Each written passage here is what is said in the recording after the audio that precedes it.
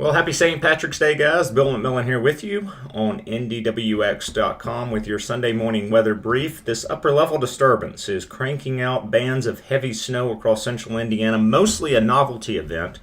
A slushy, quick dusting to less than an inch expected across central Indiana. A little bit heavier amounts across north central portions of the state where we may still see some of that, that banding result in 1 to 2 inches of wet slushy snow. But for most of central Indiana, a novelty event as temperatures will warm later on this afternoon into the mid and upper 40s with a few rain showers. So not going to lead to any sort of travel problems out there.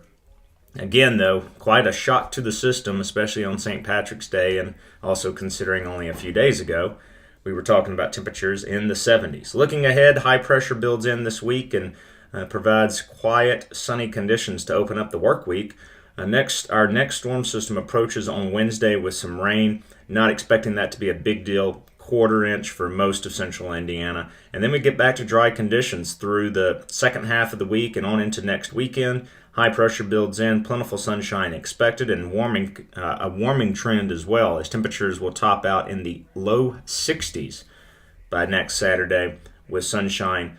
Our next storm approaches early next week, Sunday into Monday, with some showers, and then longer term, if you've been wanting spring, we got it in the works.